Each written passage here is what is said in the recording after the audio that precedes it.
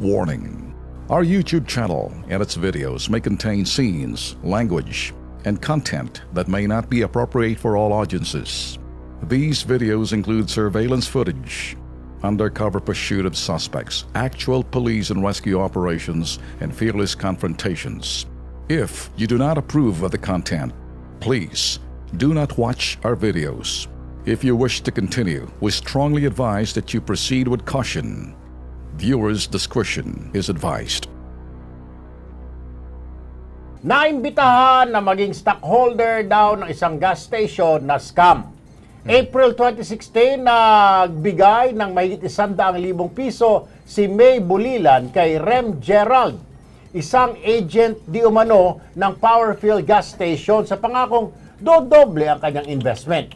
Nagbigay ng 200,000 pesos na post-dated check si Rem Gerald noong June 2016. Pero sa kasamaang palad, tumalbog ang cheque.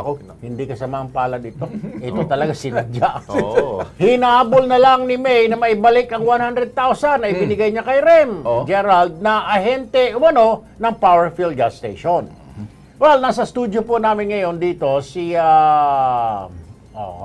ano ba patalbog-talbog yung palundag-lundag. May nervyos siguro yung type dito. Anyway, ito. Nasa studio namin yung si May Bulilan. Magandang hapon, May. Magandang hapon. Alright. So, nag-invest ka doon sa, nahikayat ka dahil sabi ng tao, pag nag-invest ka dito sa gasolinahan ito, dodoble ang pera mo. After 2 months po. After 2 months? Parang, parang anong tawag nyo? Investment scam. Investment scam. Double your money po. Double your money. Binigyan siya ng cheque. At ang nangyari sa cheque? Tumalon-talon. Tumalon-talon. Itong si Rem, nasaan na si Rem? Patalon-talon na rin. Balita ko po, nandito po siya sa Manila. Before kasi yung ano niya, address niya sa Dait. Dait? Oo. Pero ngayon, hindi mo na makontak? Opo, hindi na po makontak. Sandali lang, May, dahil nasa linya ng ating telepono si Arvin Virgo, ang Director for Operations ng Powerfill Gas Station. Sir Arvin, magandang hapon po. Magandang hapon, Sir Erwin. Sir Erwin po ba? Tama po ba? Correct. Kasama natin si parang Alex Santos at saka si Tol Ben. Live tayo sa PTB4 dito sa Kilos Pronto. Sir, may tao ba kayong, anong pangalan nun, May? RG Maceda po. Rem Gerald Maceda. Rem Gerald Maceda. May tao ba kayong ganon, sir? Actually, sir, wala po kaming empleyado na nagngangalang Rem Maceda. Opo. Sir Erwin, actually, yung sister po ni Miss Bless Buko, kasi po ang nakikipag-coordinate po sa amin regarding this concern or problem, is si Miss Bless Buko po na nasa Canada. Okay. Opo. So, yung sister niya po, I think that was last month, nagpunta po dito at tinatanong, madala po yung papeles na pinapirmahan ni Rem Maceda sa kanila, dito po sa Makati daw. Pero totally different siya, sir, doon sa mga ginagamit na dokumento. In short po, parang fabricated po sa tingin namin yung ginamit po na kontrata sa kanila. Okay. At yun nga po, chinek din naman po namin kasi dito po sa co-owned office, sir, yung sa franchising company po ng Powerfill, wala po kami nagngangalang Rem Maceda na empleyado. Alright. Sandali lang, Arvin, Yes, sir.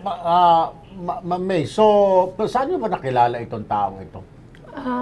Actually po si Ma'am Bless Buko po. Inaanak niya po sa kasal niyan si Sir Rem Gerald Maceda. Okay. Tapos yung iba pa po kasi niya, kababata niya pa po dun sa...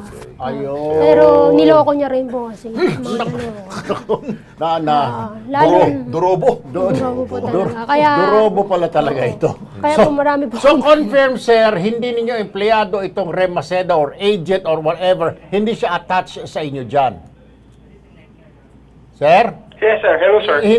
Hindi attached si Rem Maceda at all sa kumpanya ninyo? Yes, sir. Definitely po. Hindi po namin siya kilala or even nakita or naging representative po ng Powerfill. Siguro. At saka, isa pa yata, Tolben, ang sa company ho yata ninyo, sir, if I'm not mistaken, ang inyo ho yata mag-invest ka pero wala pong sinasabi na double your money. Wala po, sir. Kasi po yung franchise. program po natin, is franchise program, sir. So, ibig sabihin po, ito po, bibili ka ng franchise, magiging partner ka po ng Powerfill sa isang station or sa isang gas station. Ayun. So, not double your money?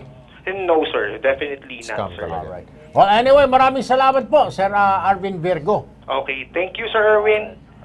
They actually pwedeng tumulong ang Powerfill na magtulungan. Pailan nila ng kaso dahil ginagamit yung pangalan.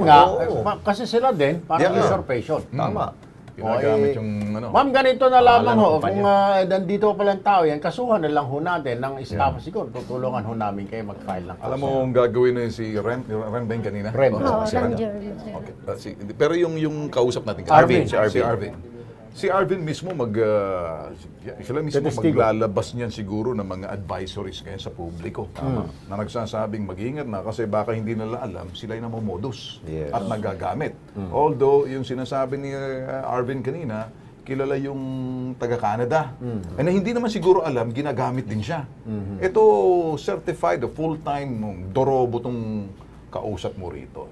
Kaya importante dito yung mismong company magbibigay ng advisory, makikipagtulungan na rin para masampa ng staff yan, mabigyan ng arrest warrant yan. Siguro, Tol Ben, yung mga gusto magnegosyo, mga kababayan natin, may mga naisubing pera, gusto magnegosyo.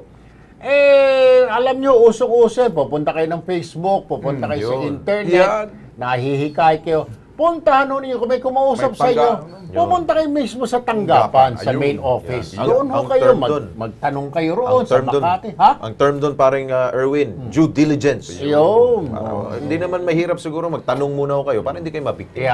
Pero sa iyo, makakatulong to siguro. Makakatulong. Doon na rin yung mismo si Arvin. Si Arvin. At yung kumpanya na mismo. Kasi po marami pong taong involved. Ay kung yung mismong kakilala niya, naloko rin ng durobong si Rem Yun po yung talagang habol lang. Okay, tama. May abogado ba ho kayo? Wala po. Magpao tayo. Madaling kausapin si tulong kami. Attorney Percy Damosa dyan. Thank you po, sir.